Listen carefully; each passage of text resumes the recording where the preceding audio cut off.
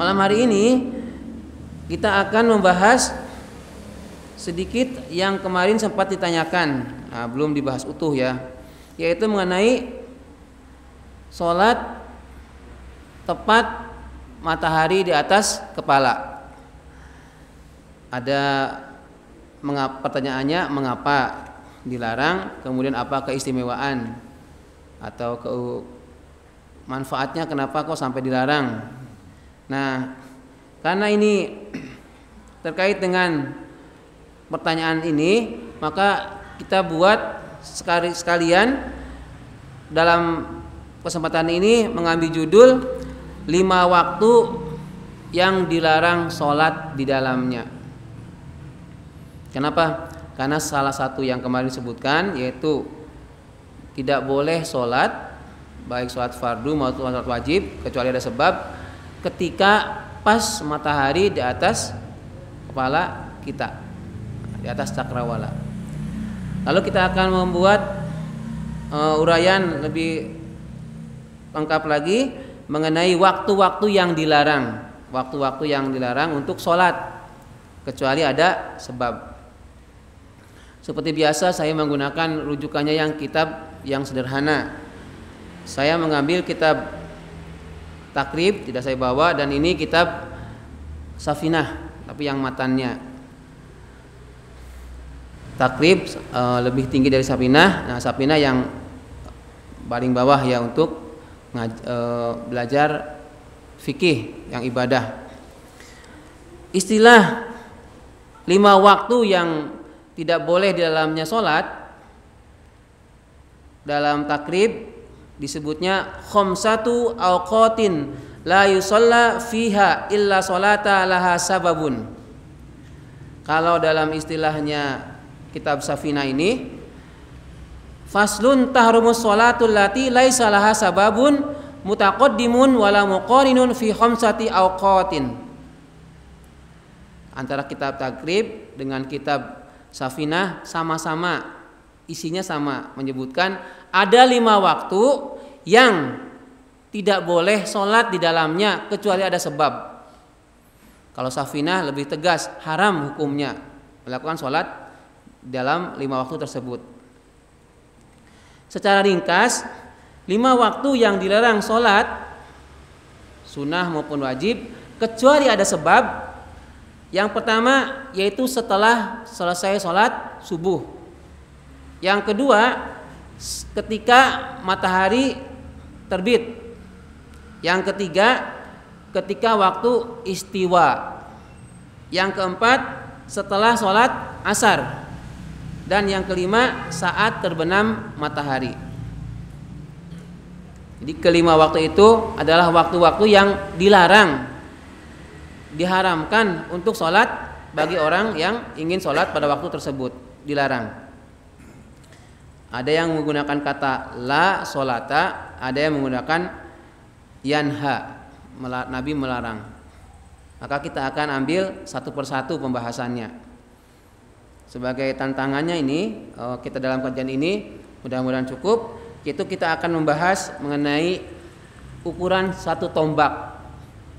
Satu tombaknya ada kaitannya dengan waktu sholat. Lalu apa yang dimaksud dengan waktu istiwa, yang ini nanti kemarin sempat disinggung. Kemudian apa yang dimaksud dengan jawalus syam, tergelincirnya matahari. Lalu mengapa urutan sholat zuhur itu yang pertama kali disebutkan. Nah, mudah-mudahan itu akan dijawab dalam kesempatan ini. Hadirin rahimakumullah, kenapa kita membahas ini? Ini alasannya ya. Karena kalau kita membahas ini, kita akan jangan sampai melakukan sholat-sholat sunnah meskipun atau sholat wajib ketika waktu-waktu ini, meskipun kita dalam keadaan sehat, meskipun kita dalam keadaan semangat, jangan ya. Lalu bagaimana ini tepatnya? Ini dikaitkan dengan teknologi. Bapak Ibu, kita perlu bersyukur. Kenapa? Karena dengan bantuan teknologi kita tidak perlu lagi menggunakan alam secara langsung untuk menentukan waktu-waktu yang diharamkan untuk sholat ataupun waktu-waktu mulainya dan berakhirnya sholat fardu. Apa buktinya?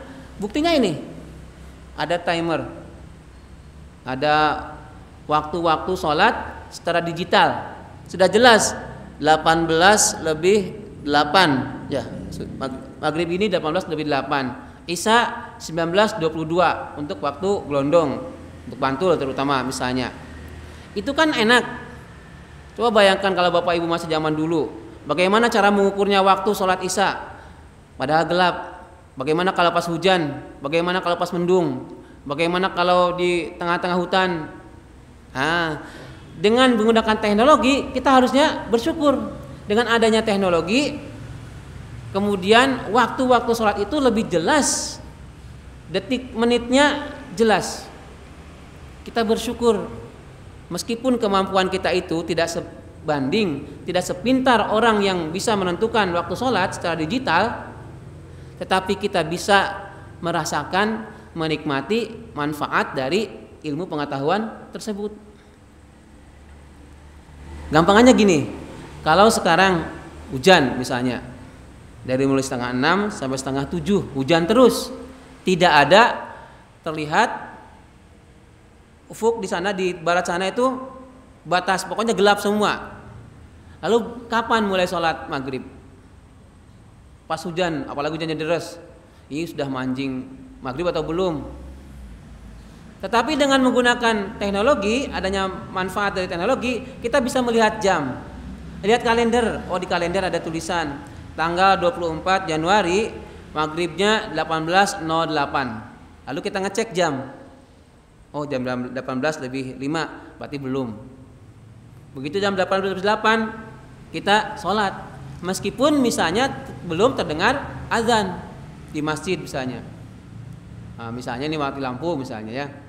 Jadi kita harus bersyukur. Itu juga kenikmatan Bapak Ibu. Kenikmatan yang seolah-olah itu biasa-biasa aja. Seolah-olah biasa itu mah lumrah, orang lain juga merasakan.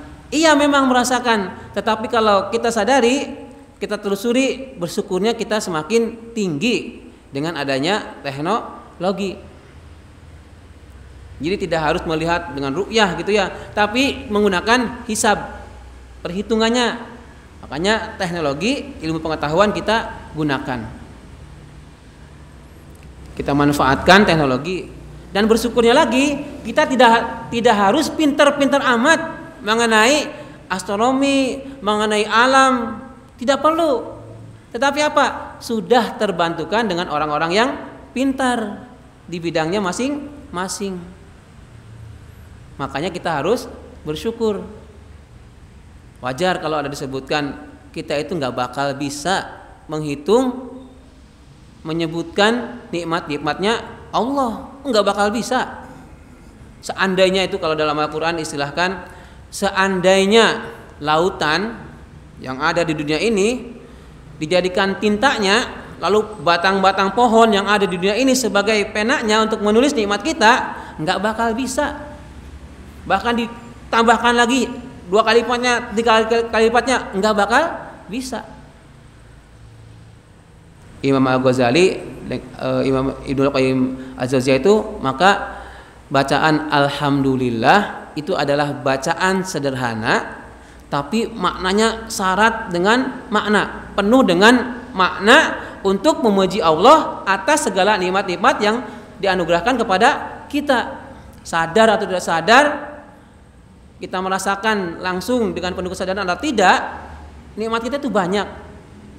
Ini tangan bergerak begini, bisa duduk enak, bisa selonjoran. Belum tentu orang lain itu bisa duduk selonjoran dengan nyaman. Belum tentu bisa bersandar, belum tentu bisa duduk sila. Apalagi bertahan lama, misalnya 1 jam. Itu nikmat. Kita kembali ke 5 waktu yang dilarang dalam untuk sholat.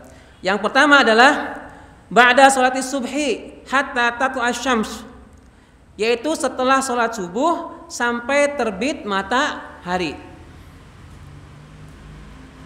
Ini kalau misalnya Bapak Ibu saklek menggunakan alam, maka akan kesulitan. Ba'da sholatis subhi hatta tatlu'asy syamsu, sampai terbitnya matahari. Bagaimana taunya Bapak Ibu terbit matahari? Ya kalau mataharinya pas nongol, itu kalau dalam keadaan cerah. Bagaimana kalau dalam keadaan mendung? Bagaimana kalau dalam keadaan hujan?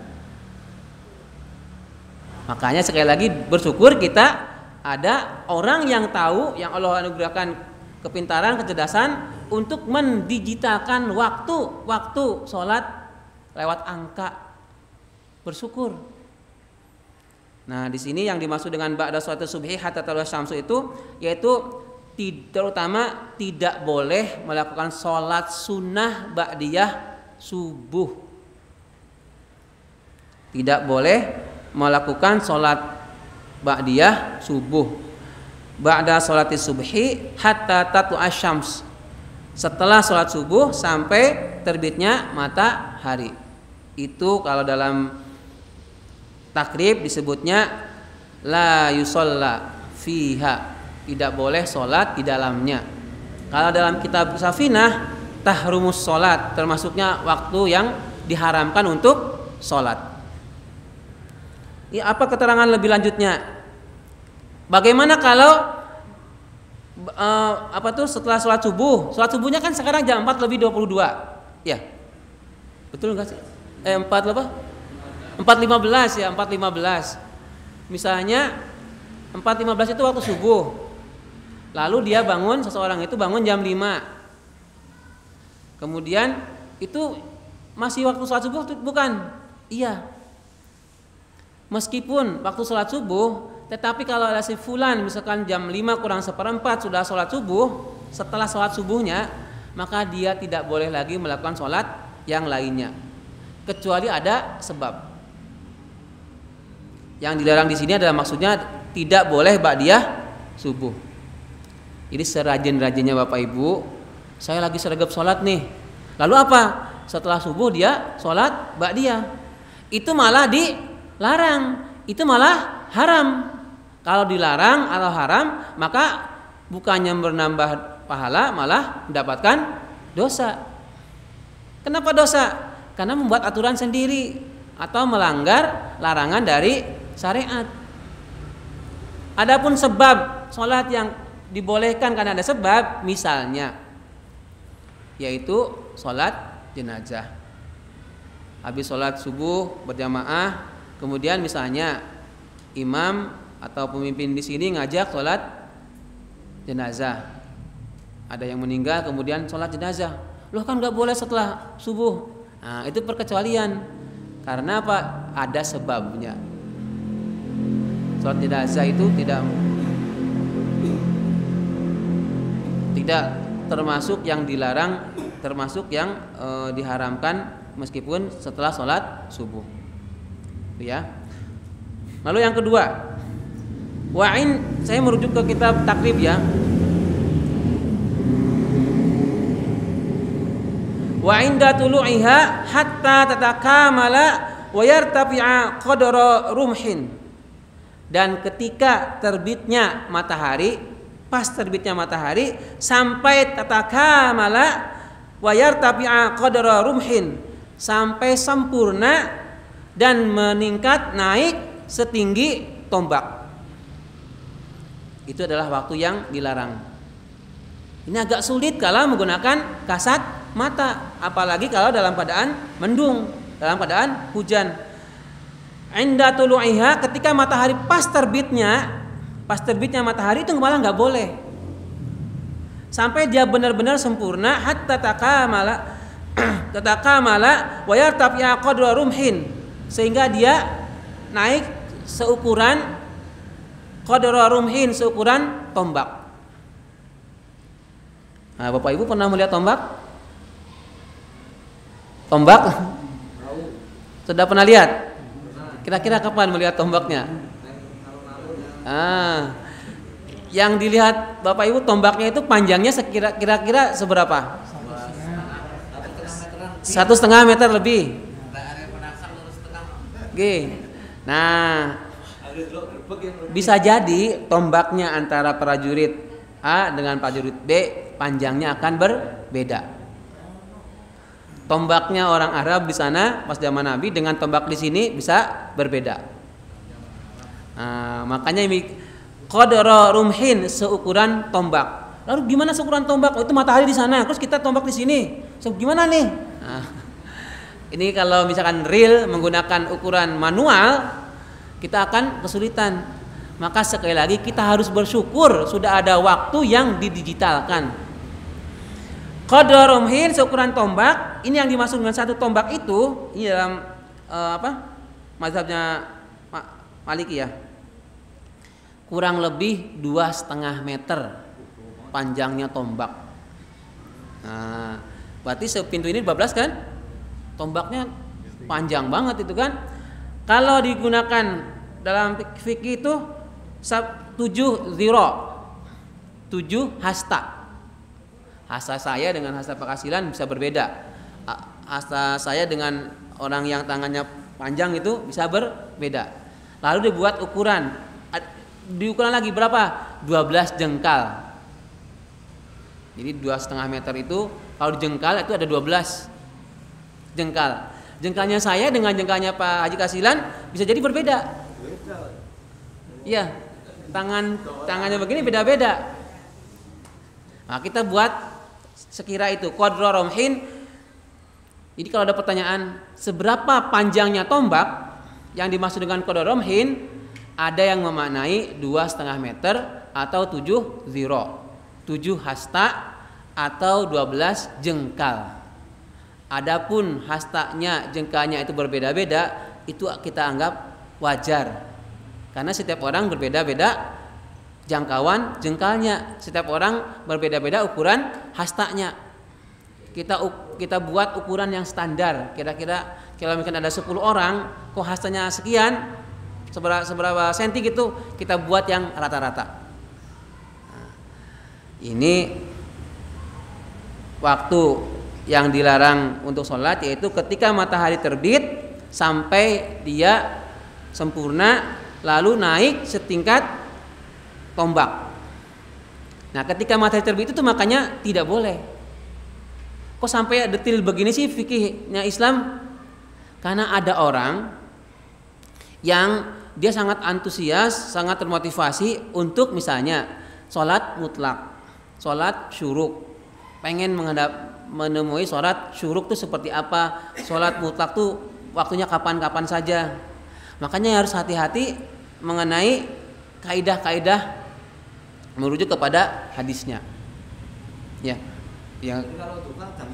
Nah, pakai pertanyaan gampangnya kan, kalau gitu duha itu jam berapa?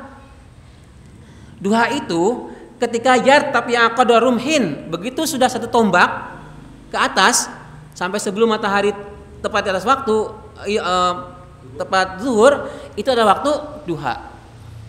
Jam 7. Nah, jam 7 kalau dihitung, kalau rata-rata dihitung itu setelah 2 berapa menit? 2 jam berapa menit dari waktu awal subuh. Di sini tidak disebutkan duhanya ya.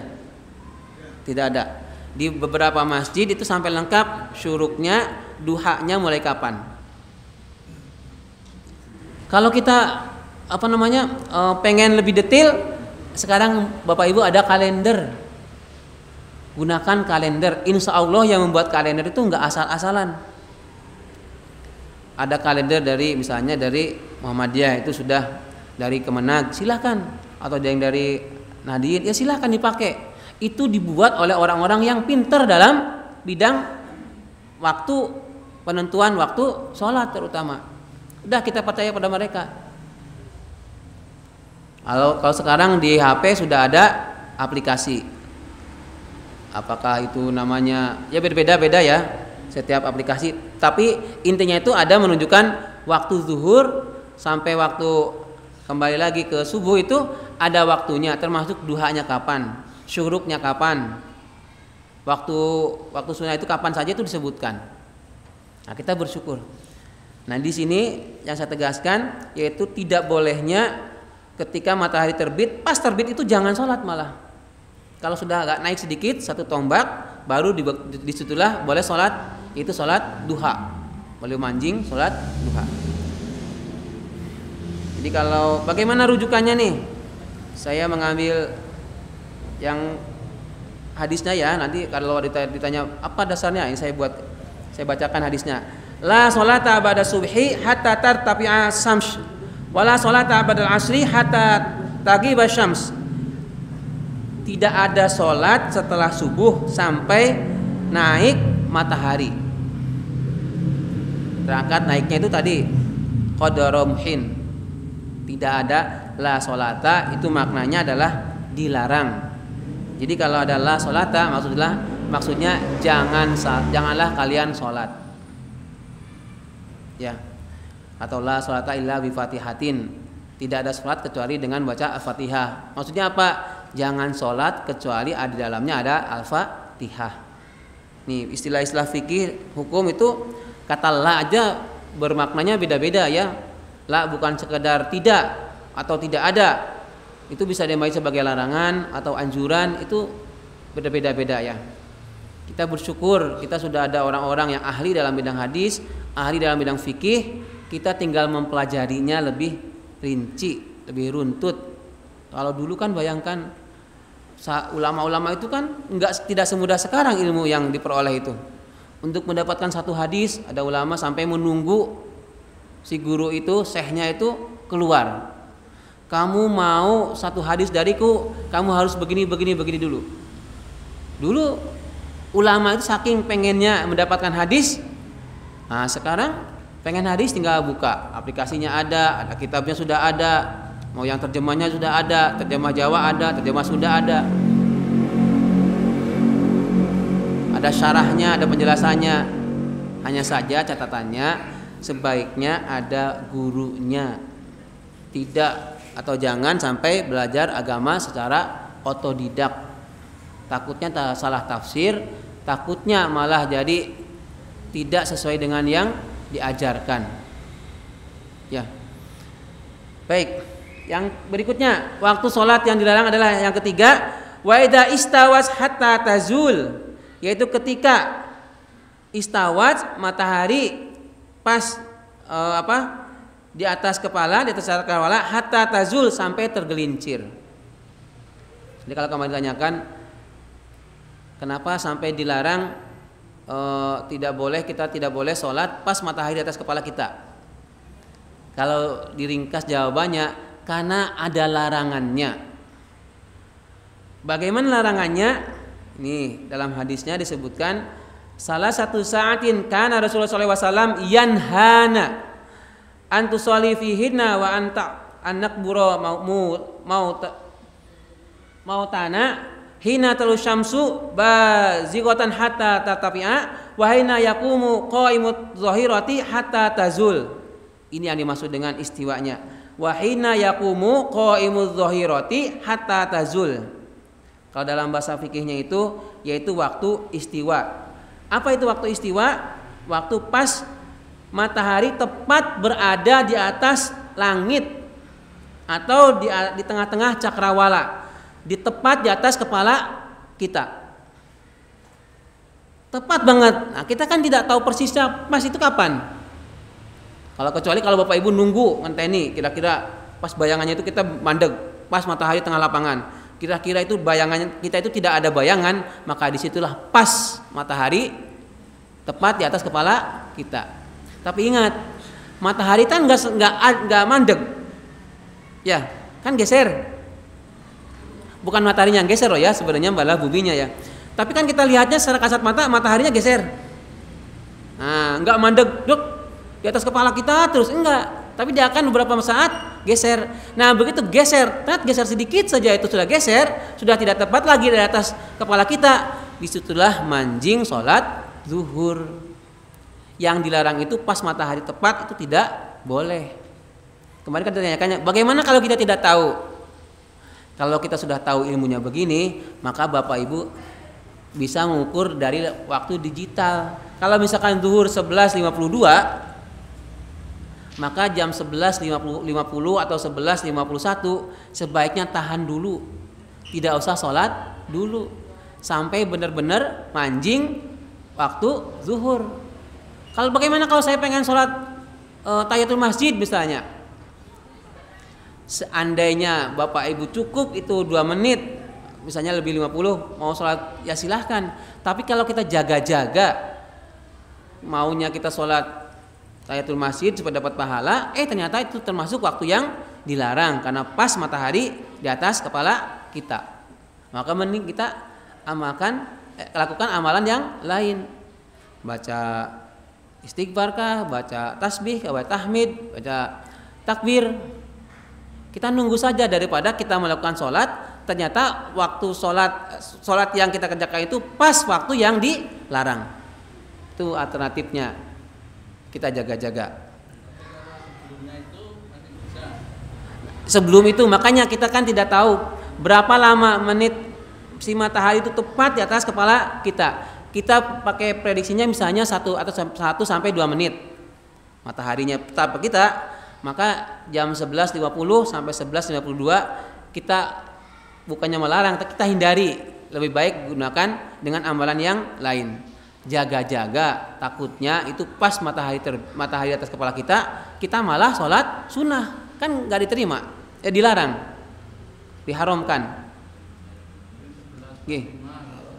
Ya kalau mau 11.45. Jadi kalau saran saya tidak usah memaksakan amalan sunnah. Ngotot banget, padahal ada amalan sunnah yang lain yang bisa dikerjakan.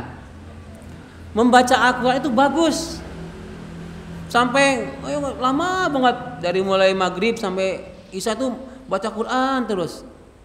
Padahal amalan ibadah itu tidak hanya membaca Al-Quran, bisa yang lain, ngobrol, diskusi dengan keluarga, itu juga amal ibadah.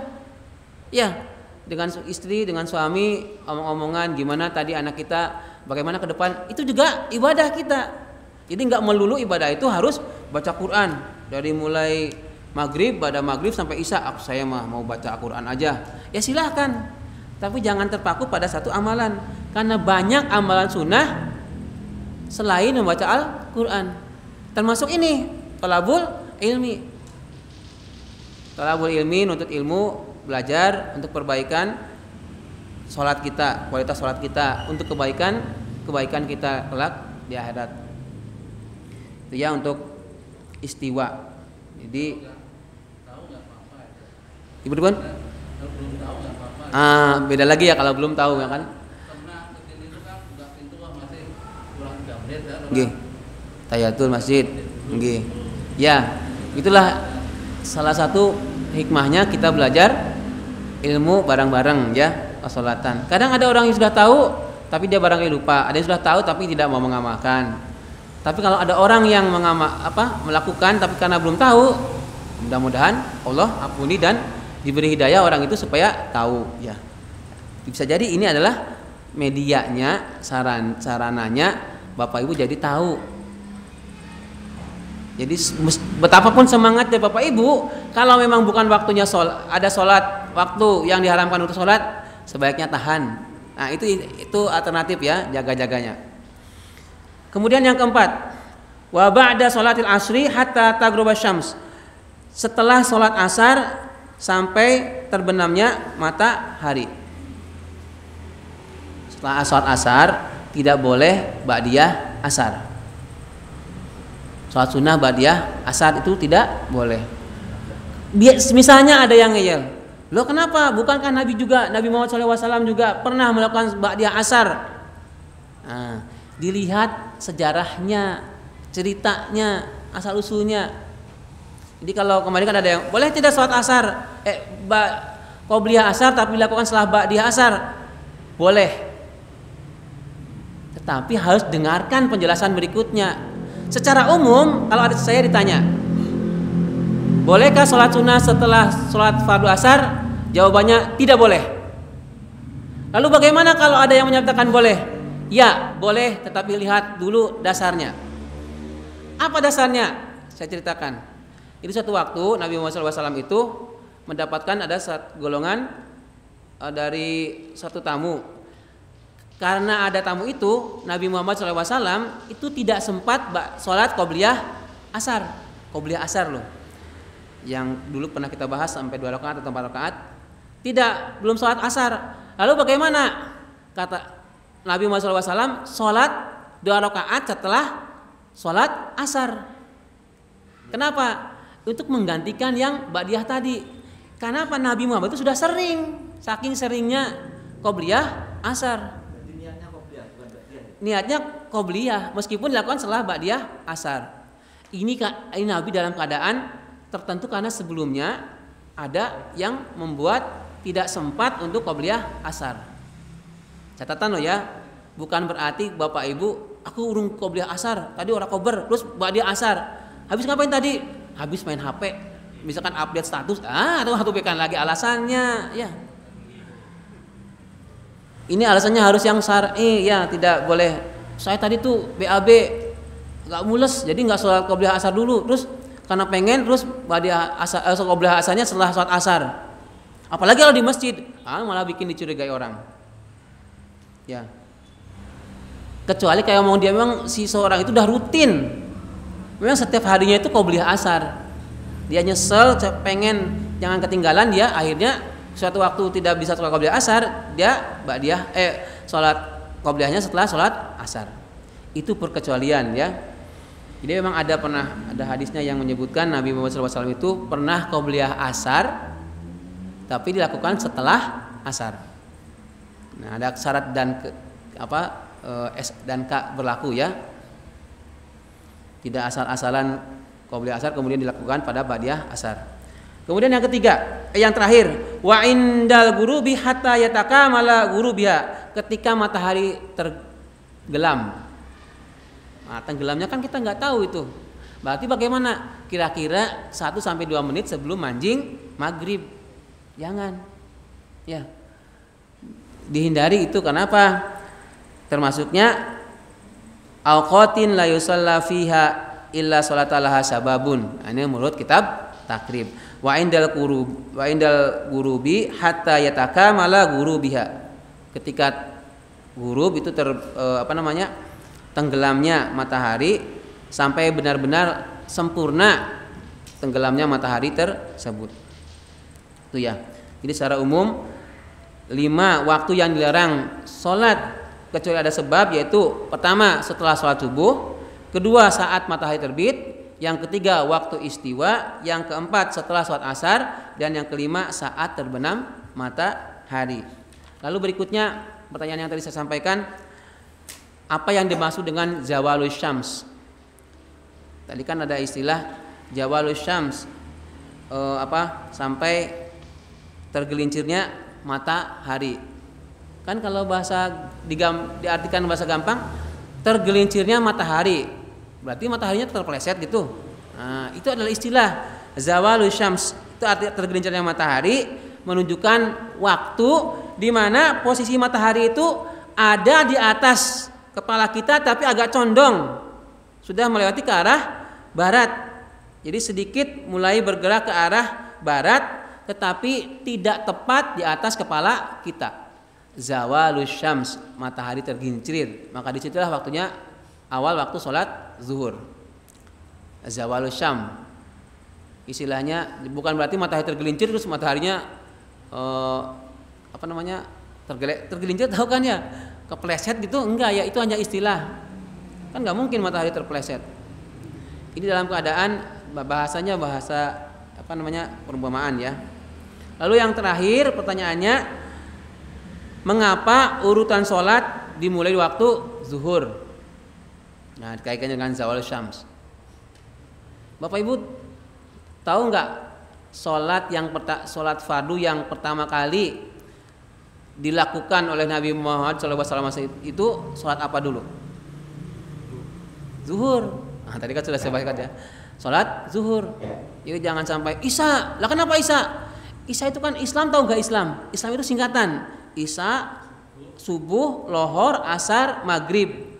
Emangnya Islam itu orang Jawa? Bukan, ya. Emangnya Islam itu Nusantara? Ya enggak. Islam itu dari sana, di Arab juga sama. Apa lohor itu istilah di Thailand juga lohor? Apa lohor atau luhur itu juga di Amerika juga begitu? Bukan, ya. Jadi bukan awalnya Islam dulu, subuh dulu, Islam itu berarti Isya dulu, kemudian subuh, kemudian lohor, L-nya lohor, A-nya asar, M-nya maghrib. Bukan, ya. Jadi yang pertama kali sholat dikerjakan oleh Nabi Muhammad SAW adalah sholat zuhur. Lalu apa dasarnya? Dasarnya dikaitkannya dengan hadis-hadis terkait dengan Isra Mi'raj. Dalam hadis-hadis tersebut diantaranya ada perintah tentang 5 waktu yang harus dilakukan oleh Nabi Muhammad dan umatnya dalam sehari 1 malam. Setelah negosiasi itu loh ya, negosiasi dengan Allah, dibantu oleh Nabi Musa, Nabi Ibrahim. Awalnya 50, 50 rakaat, terus berkurang sehingga akhirnya 5 waktu dalam sehari semalam. 5 waktunya aja, 5 kalinya. Tapi mana dulu yang dahulu? Nah, barulah keesokan harinya, begitu waktu zuhur, ini dikisahkan dalam hadisnya Nabi an Jabir bin Abdullah anna Nabi sallallahu alaihi wasallam ja'ahu Jibril alaihissalam faqala lahu kum fasollihi fasallaya zuhra hatta zati syams. Ini alasannya hadisnya. Dari Jabir bin Abdullah, sesungguhnya Nabi Muhammad SAW ja'ahu Jibril, maksudnya didatangi oleh malaikat Jibril alaihissalam. Faqala lahu, kemudian malaikat Jibril ini berkata kepada Nabi Muhammad, "Qum, berdirilah." Maksudnya bangun untuk sholat. Fasalla zuhra hatta zati syams. Maka keduanya itu sholat zuhur sampai zati syams, sampai tergelincirnya matahari. Ya, sholat zuhur itu awalnya makanya disebutkan yang pertama kali dilakukan oleh sholat yang pertama kali dilakukan oleh Nabi Muhammad adalah sholat zuhur. Sholat zuhur. Bagaimana ini dikisahkan dalam nanti kalau Isra Mi'raj kan sebentar lagi ya Isra Mi'raj. Sekarang kan hari kedua, hari keberapa Rajab? Kedua apa ketiga? Kedua ya. Senin, Selasa. Saya lupa ya. Ya pokoknya Rajab, nanti pas tanggal 27 Rajab itu ada peristiwa Isra Mi'raj. Kalau ada yang kajian membahas Isra Mi'raj terkait ini, hadis ini saja, itu 1 malam aja sudah diceritakan hadis ini, itu akan diangkat mengenai sholat zuhur adalah sholat pertama kali dilakukan oleh Nabi Muhammad. Nabi Muhammad menjadi makmum. Siapa imamnya? Malaikat Jibril. Nah ini kaitannya dengan hadis ini nih. Ini hadisnya sahih, ada dalam riwayat Ahmad, An-Nasa'i, At-Tirmizi. Dicek silahkan di dalam kitab-kitab ini. Pakai aplikasi boleh, pakai Ketubus Sab'ah boleh. Sekarang ada aplikasinya kan banyak. Ketik aja kata kuncinya nanti muncul. Lalu di bagaimana status hukumnya, status hadisnya silahkan. Kalau penasaran lebih lanjut. Bab Isra Mi'raj ya, yang sholat pada waktu sholat yang diperintahkan pada waktu Isra Mi'raj. Saya kira itu yang bisa saya sampaikan. Sekarang waktunya untuk tanya jawab atau membuat pertanyaan untuk minggu depan. Silahkan. Ini Pak Haji Kasilan. Rasulullah mendapatkan perintah sholat yaitu diantara lain yang dilaksanakan sholat zuhur. Ya. Dan Rasulullah disrohkan mendapat perintah sholat 5 waktu. Dan sholat 5 waktu itu dari zuhur sampai subuh. Sampai subuh ya. Sampai subuh. Nah, terus kapan sebagai laki-laki mendapatkan perintah sholat Jumat, Pak? Dan sholat Jumat tadi apabila bepergian, misalnya bisa melaksanakan sholat Jumat, bolehkah untuk menjamak sholat asarnya? Terima kasih. Ya, terima kasih. Tentang sholat Jumat, ibu-ibu nggak apa-apa ya tahu bab sholat Jumat. Kenapa? Suami ibu kan juga laki-laki ya. Ibu juga punya anak laki-laki, punya mantu laki-laki. Tentang sholat Jumat. Sholat Jumat itu diwajibkan bagi yang Muslim, kemudian yang sudah baligh, laki-laki. Anak-anak itu tidak diwajibkan, perempuan tidak diwajibkan. Jadi kapan mulai wajibnya sholat Jumat bagi laki-laki? Ketika dia sudah baligh, dia Muslim dan baligh. Lalu bagaimana kalau anak-anak sholat Jumat? Itu untuk tarbiyah, untuk pendidikan, diajari, dikenalkan dan biasa sholat Jumat. perkara nanti di masjid kau bikin rame, maka itu kebijakan dari takmir misalnya, atau ada yang dewasanya dipisahkan biar di belakang. Dan tetap kita ingatkan, namanya anak-anak Bu ya, Bapak Ibu, diingatkan sekali dua kali nanti kambuh lagi ya, sifat anaknya muncul rame lagi. Tapi kalau di sini insya Allah nggak terlalu rame ya, kecuali begitu salam langsung rebutan nasi ya. Nah itu normal ya, namanya anak-anak. Itu juga saya setuju itu ya, ada infak nasi itu anak-anak biar ke masjid.